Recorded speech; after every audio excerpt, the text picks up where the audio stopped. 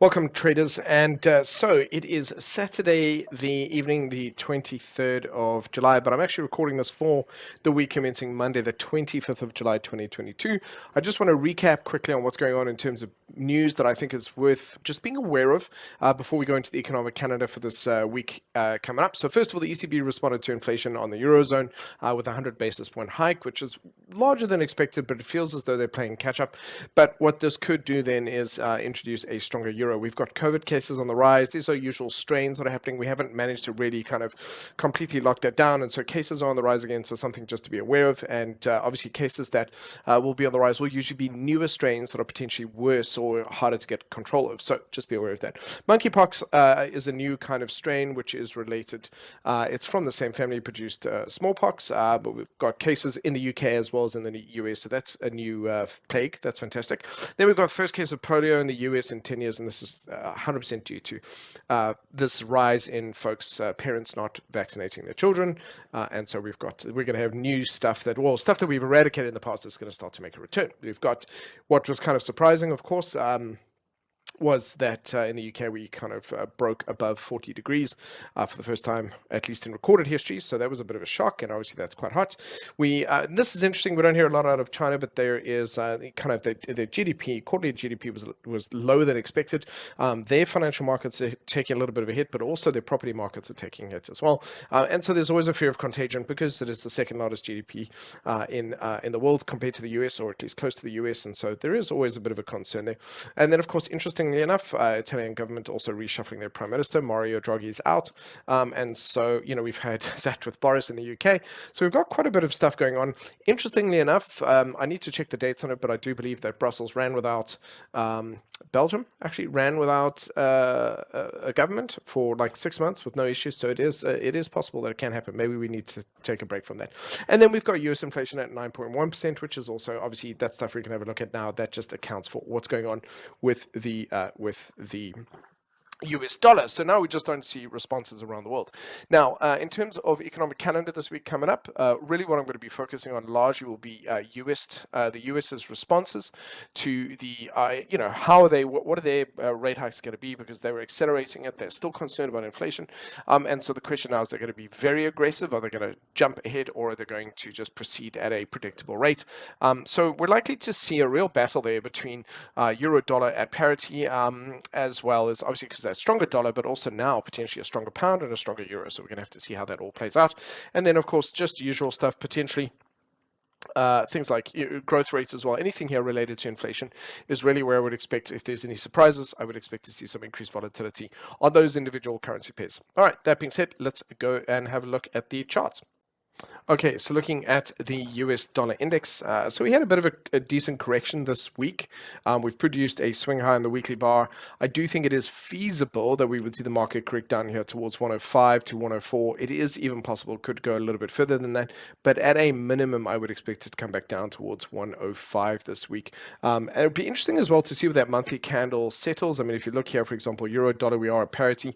I mean, if we got a very strong bullish finish by the end of the month, that would be, I would say, a strong indicator that we're probably going to head a lot higher. However, I'm not convinced of that yet. Right now, this downtrend of the weekly charts is very healthy. There's no bullish divergence. There's not a lot of sign that this is looking to change anytime soon. So for me, I just think it's possible, probable that we will have a continuation up to 0350, 1.05 essentially, before possibly continuing down. As I said, we could go as far up as 1.07, but I'm thinking that's the least likely of the choices. So this week I'm looking for an initial weakening of the US dollar, but ultimately potentially we could finish with a stronger dollar. We'll see how that goes. And I think FOMC could be the trigger for that. Okay, we can see here we've got sterling as well, also wants to break up a little bit high.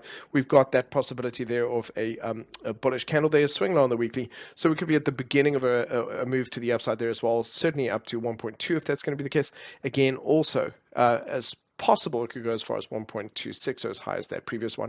What I'm looking for here is just to see if we do get a break of this general bearish trend line. If we do, then it makes sense to me that we would see a bigger move to the upside up to 1.26 there.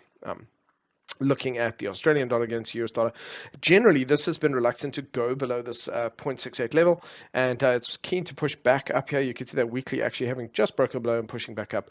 It's interesting because this level here at 0.7 is a significant level, but if we break above that, it kind of implies that we're likely to head up to 0.73. Okay, and just looking then at that monthly candle. So all of these, depending on how we finish the month, could mean that we ultimately we're going to get a continuation of a weaker US dollar over the coming months. However, I think that's the least likely, but it is definitely a possibility. And so we'll need to unfortunately just see how we finish out the end of the month to know which way it's likely to go. You can see here on QB dollar, US dollar also trying to finish as a bullish candle, which could imply move quite a bit further up. But again, I would be more inclined to believe that if we saw bullish divergence here on these indicators, we're not seeing that. Most of them look as though they're looking just for a little bit more of a continuation to the upside, and then preparing possibly to finish as a rejection candle and then continue down towards the end of the month. We'll have to see about that. Dollar yen. So this is quite interesting to me. We're definitely starting to see a little bit of starting to see dollar yen actually start for the first time in a long time, starting to come back a little bit. It was showing a lot of exhaustion here on that weekly, managed to break up and come back down. So I do think we might be in an area where there's a possibility of a bit of a cooling off period. Again, that monthly candle could finish as a rejection. And yes, if we do get a really, really big, deeper retracement at 618 or something, we're going to see that come all the way back down to 120, possibly. But if we're just going to get a 3-2 retracement on that monthly, we might see it head down towards 130. So look, these things have been unstoppable trends for now. I'm not gonna jump to the conclusion that we're up for a monthly retracement anytime yet. I'm really gonna see if that's going to be the case. In fact, because the thing is that fundamentally and certainly anecdotally and in terms of sentiment, I'm not really seeing any indication that would change. But where it could kind of change is, first of all, we see other currencies start to strengthen as they start to increase their central bank rates, and potentially we dollar yen just takes a breather. That can happen. Interesting. I do find this one, dollar Swissy, interesting. This series of lower highs.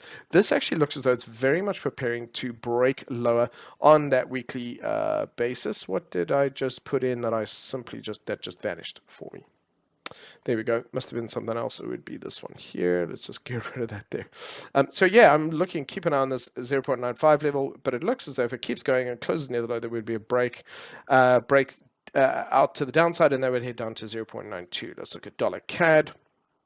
Dollar CAD also just very choppy and messy, but certainly looks more bearish than bullish. And look at all this exhaustion we've had all the way going back to July 2021, just showing up here, all these wicks, these candles as well.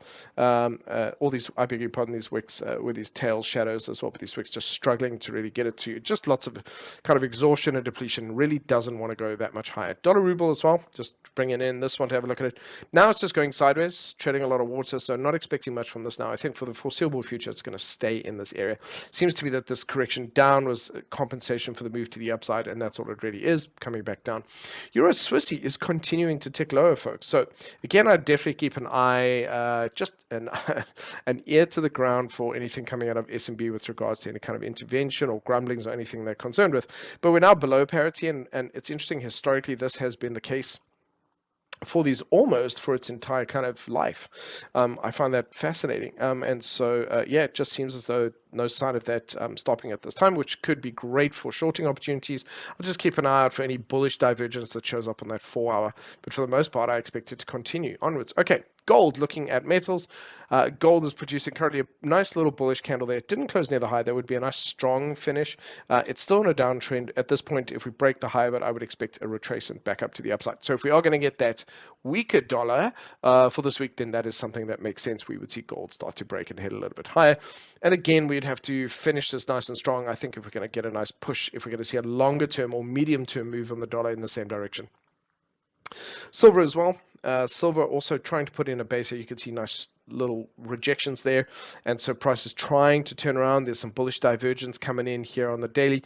All of this hinting at there's a possibility, a fair possibility here we could see silver climb to the upside. Interesting. So this, it all I think in many ways comes to that, down to that dollar, how much it intends to keep going. We've got copper here producing an inside bullish candle. Again, a break of the high here. I could see that we start to see that head up this week. just some retracement. Natural gas is starting to climb again. Look at this monthly swinging all over the place. That is just crazy. And I'd love to find a little bit more about that, but look at that 4-hourly. That was very much tradable. I didn't at all. Keep an eye on it. Didn't see that at all, but that's, wow, that's amazing. That to me kind of stinks a little bit of institutional behavior that's just so consistent and orderly in its behavior. It seems I'd be curious about what was going on there. So then we're on to crude oils. Crude oils, as I said, they've kind of infected with a bit of stuff. We've got a nice little downtrend on the on the 4-hourly, but it really doesn't want to go much lower. So it's an interesting one here. Again, a lighter dollar could see this pushing back up to the upside. It did try and fail. So I think dollar aside, I think it is not as strong as it seems. I also wouldn't be surprised if it still wants to come back down and connect to that $85 level. Let's have a look at it with Brent as well. Again, yeah, there's no reason why this still couldn't come a little bit further down. It's trying to change direction on the daily, but on the monthly, it still needs to come down. I think there's a lot of room. So it's staying above support, and that's going to make it tricky because until it actually finds a way to definitely break to the upside, I think it's going to bob around. And then if it does ultimately decide to break and drop lower, so it's going to make it quite tricky. So I'd be very cautious with that one. Let's have a look at some of the other commodities. Sugar continuing to push a little bit low, can't break above that $20 level, struggling a little bit there. And so looking to break below those lows there. We'll see if it tests support. Coffee has had a beautiful correction. It's back into a previous level. Nice round number here. It's not a bad place for it to try and find support, so it'll be interesting to see what happens around this level this coming week. Wheat dropping right through that. So a lot of commodities dropping. Yes, a weaker dollar will also help accelerate that, no doubt. But yeah, so that one actually now starting to come into these previous lows. So not really seeing much of a reason. There's a little bit of bullish divergence creeping in on the daily. Could try and stay above this level. I'll keep an eye on that as well. If we break these lows, then I do expect a significant drop lower. Cotton also trying to get back up above that level. You can see it's in a really good place to turn around. So for me, this is interesting. I keep an eye on that, especially if we do this coming week break the high of this. We've got an inside candle here, a break above that could see a resumption of, and especially here bullish candle, which could be either this month or in August, could see that starting to pick up again. It's let off quite a bit of steam, so it's quite interesting. It's definitely slowing down. Look at that big move down and then just immediately starting to slow down here. That usually triggers in bullish divergence. So breaks above these highs to me would be indications of moves. Now its ability to be able to move higher. Okay, looking at the global indices. So we did have a nice little bit of a break. We've broken above these levels. The Nasdaq was really good in that sense. We've got a nice bullish candle. As I said before, but I'm going to recap this. People I respect, Michael Burry, which was Christian Bale's character in The Big Short, and Ray Dalio, amongst others, are convinced that we've done half a leg down. We've still got another potential leg down if contagion increases, basically knock-on effects, which leads to recession and so on and so forth. We could see another move down here, which is a possibility. However, if we have kind of glasses half full and a glasses half empty kind of scenario here, glasses half full, this to me is the earliest point at which the markets can recover and work their way back up if we're able to dodge this bullet. And so that's why I'm going to talk about that, because I do think if we do finish with a bullish candle, and we break above the high, there is that possibility. We've let off enough, we've lost enough weight. We were definitely very fat and sort of top heavy from the markets had become very aggressive. We've gone sort of parabolic in some of the markets, the Nasdaq as well.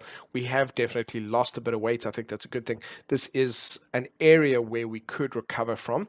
Some of them actually looking better than others. The S&P, the Nasdaq as well, they've come back down into this area here. And so those are perfectly acceptable areas where it could, if this trend is ultimately going to be nice and healthy, then I would say that this was a really nice correction given how aggressive the markets have been prior to that.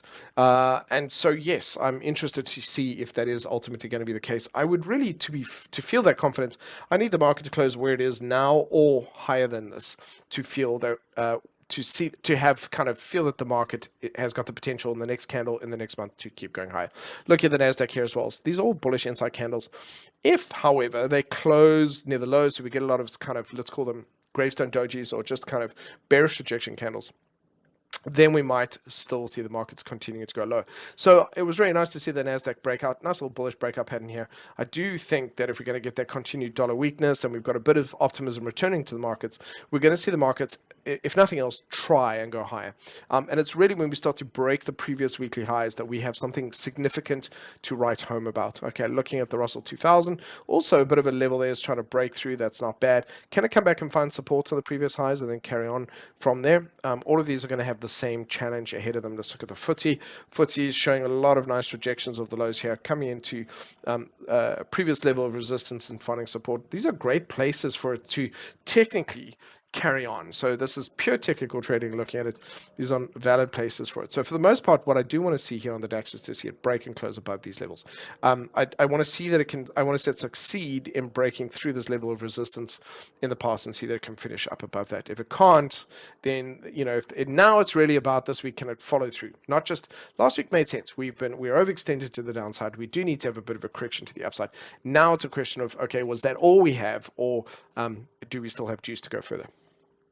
Okay, Nikkei as well. That's a really nice bullish candle. We're still within this range. So actually, it's still within the range going back to February and January. So it hasn't really ultimately done anything different other than just ping pong top and bottom. But I want to see it break out and keep going higher.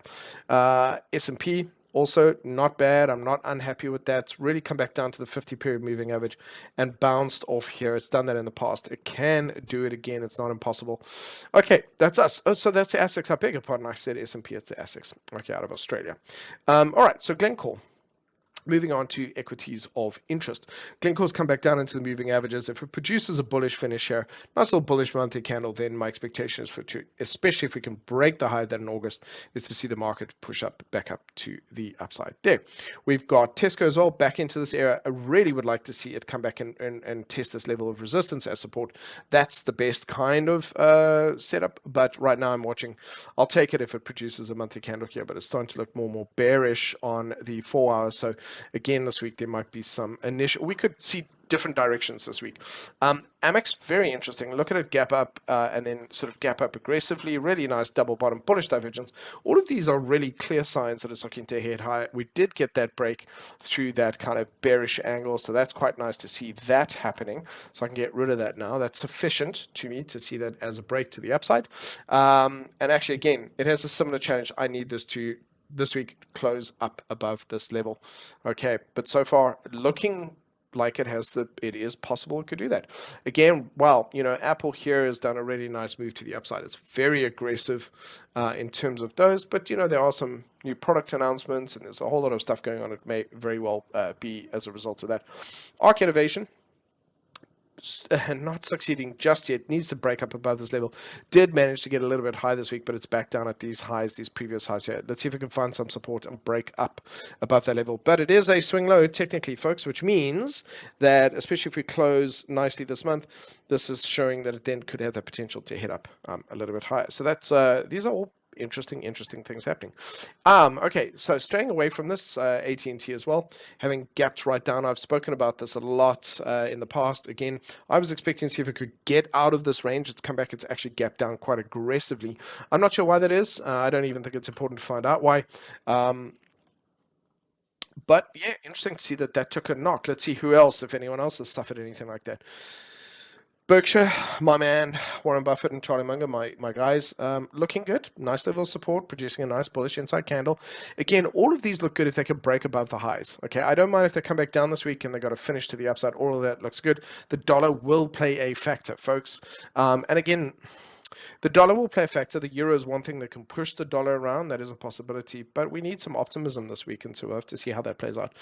We've got your BP trying to stay above this level of support. That was a really strong rejection. It doesn't mean it has to go further down, but usually with a big knock like that, right now it's got to see if it can hold above that level. We've got ExxonMobil, which would be a similar thing. I was really expecting this to come back down to test this area. It hasn't even connected with that. So again, this brings in crude oils. We were talking about that. So if crude oils are going to drop this week, something's not adding up. Let me just quickly recap. The gap on the monthly is too far. They need to come further down. It's not adding up. The market should come back and test these highs. The monthly should come back down to the moving averages because it's already created that swing high. That's kind of, I couldn't put it into words, but something's not adding up. The daily and the weekly on crude oil is looking fine. They look like they might recover and keep going. But the monthly, they've started this correction. The monthly, it doesn't, but there is a way that could play out. We could see the markets recover, push up, and then we could find 3, 4, 5, 6 months later we get a correction, and then we come back down and test it. That can happen, but yeah, that's why I'm just saying something's not adding up there. Coca-Cola. Interesting to me to see Coca-Cola ever take a hit. They're relatively bulletproof in most ways, kind of Teflon. But you can see here the market's not really happy, but it can tread sideways and then keep going. I'm also okay with that as well. FedEx is still hovering here, but you know what? It's not looking weak. We've got some really nice, strong bullish signs here within this range. I want to see this push up this week and go back up to the top of that range. Let's see. General Motors, again, right off the lows, overextended to the downside. This has a lot going for it that says that actually it can go higher, it can finish a little bit higher. So let's see if it can actually do that. We've got JP Morgan Chase. Again, back down to these old highs. That's a good place for it to turn around. Nice little bullish candle here. That could be it. It tried to turn here, then didn't, and now the buyers are back in. So this is really could be a great area for it to turn around. Let's see. Meta. Okay, so Meta's right down at these lows over here. Again, yeah, I might have to adjust this level just to kind of match that, because I would say kind of that would seem to be the case if we're going to hold. This, to me, really matters about where we close. We kind of pull back in at these levels here, which was support, and found a nice rejection candle there. This is not as strong as some of the others. Okay, we spoke about this as well. We did have a little bit of a breakout to the upside. We're back in here. Let's see if we fall below that or up. We're not out of the clear just yet. I need this week to head from where it is now straight up to feel that it's going to recover a bit more. Morgan Stanley, nice little double bottom. Expected that, followed through, did everything we thought it was going to do, and it has the same setup there. We've got Netflix, swing low, sweet chariot. This I expect to hit up towards 250 at a minimum. But again, if there's other stuff going on, they can climb higher. So remember that Netflix and PayPal and a few others, they've got similar issues. So I do feel sometimes I feel a bit bad for Netflix that they, that a lot of people try to correlate the stock price with what's going on with the numbers in the company, as opposed to there being a market-wide move as well. So there's two layers of activity here. There's the individual corporations' performance as well as a market-wide one. Okay, we know this during the dot-com bubble, and even recently, companies are just not even being valued correctly. So this looks good. It's in a good area to turn around. This is NVIDIA. NVIDIA I've got high hopes for. Also with AMD, Ryzen chips and stuff coming out, it's going to be really interesting to see how this sector performs. We've got really overextended to the downside here on PayPal. It's good room for it to turn around. So closing for all of these ones that have overextended to the downside, that's ARK and Netflix and PayPal. For all of these, it's important how they close. Do they close near the highs of the candle with very little wick on top? All of those are good indicators of a possibility of moving higher throughout August and September. We've got the spider as well. This looking good. Yeah, I don't see any reason why this won't continue up, but its next level then is 92, 90. Let's call it if it can head up there. We've got Spotify, also a really good area for this to turn around in. So I'm going to lump Spotify with Netflix and PayPal. They're all in the same boat. So let's have a look at Tesla. Tesla looking good. It's really nice within this little area. That area, the little blue area, is just coming from the quarterly. Okay, no rocket science there. Just coming in from an area that made sense where it was ultimately going to do that. Maybe it was the monthly. But yeah, that makes sense to me that this is an area where it could potentially turn around in and find some support. So yeah, not bad. I like the look of that as well. And finish off with Vanguard. Okay, these are all pretty much the same. So basically, I'm going to say that, look, last week's move to the upside was due. We needed to have that. We had bullish divergence. Everything else is overextended. The dollar needed to cool off. It was going to happen at some point, and last week it showed, at the beginning of last week, it showed the greatest technical promise to do that.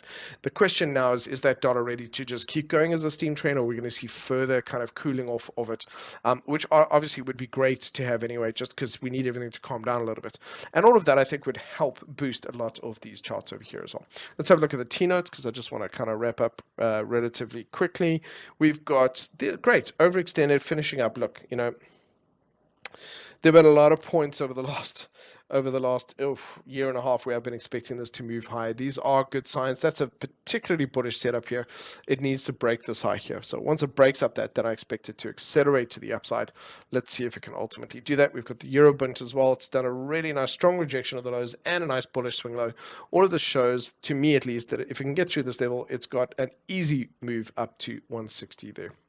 Cryptos, ladies and gentlemen. So good. We did have a move up last week. We kind of come back down. So we've done a break and a possible retest down here. And that weekly candle looking a little bit rejected, forlorn. But I would say we're starting to hit above 0 on the MACD. I'd like to see a bullish move here. So nice bullish candle Monday, most likely, and then starting to break high. If we could break and finish the week above this high here, we've got some really good possibility there of heading up towards, I would say we've got a fair chance at certainly past 25,000. We've got a fair chance if we can accelerate past 25,000, we start to head up towards, let's call it 28. Okay, it's a very fair possibility, especially again, guys. Everything so far you're seeing is completely related to that cooler US dollar and dollar yen as well, taking a bit of a breather. Ethereum is responding a lot faster these days, so that's cool. It's a nice bullish candle. I like this. All of this to me these are possible signals. If we finish strong, I might have to see if I could scrape together some pennies and get some more of bits and pieces of these various things, because we don't get these fire sales very often. Again, like I said, this is either going to be the place where we have a recovery, or we're going to be halfway through the correction. Okay, so unfortunately you only know you're at the bottom later on. Right now we've got statistically a 50-50 that this is going to be the recovery that where we are, or if we're halfway through, according to Ray Dalio and Michael Burry. And again, if you look into their stuff, if certain things can be done, then the markets can recover. So they're not saying it's impossible to avoid. They're just saying that they're not seeing signs that the governments or central banks are making the moves to avoid those things. Yeah, not a lot going on here, but I expect this would turn around. Maybe not as great as the rest in terms of Cardano. Let's have a look at Binance. Again, all of these are finding a bit of a flaw. Cardano, not so much. Let's have a look at Solana. Solana as well. Let's see. We need to see those swing lows. But for most of these, they're setting up as though they're getting ready to do a move higher. I expect that to be relatively quick. I would say Monday, possibly Sunday, Monday, or Tuesday. We'll have to see how that goes. I'm very interested to see what happens here. Ladies and gents, that is it. We've got to the end of it. I know this was a relatively shorter video, but I'm happy. I don't want to be doing very, very long sessions, long videos. I want them to be 30 minutes or less. And let me know if you enjoyed the new format. I'm not trying to be the sky's falling and always doing bad news at all. I'm trying to just highlight the things that we need to pay attention to that weren't always problems. There will be a period in our future where we won't always have such bad stuff that we have to keep an eye out for. At some point, we won't have those issues. In global warming. Hopefully we'll start to see some good signs there and all these different things, hopefully. There we go, ladies and gents. I'm going to leave you with this. Please trade responsibly. Have a great week. Stay calm, and let's see if the markets can continue to push through from last week, and all of that will just slowly but surely add to optimism. Thank you.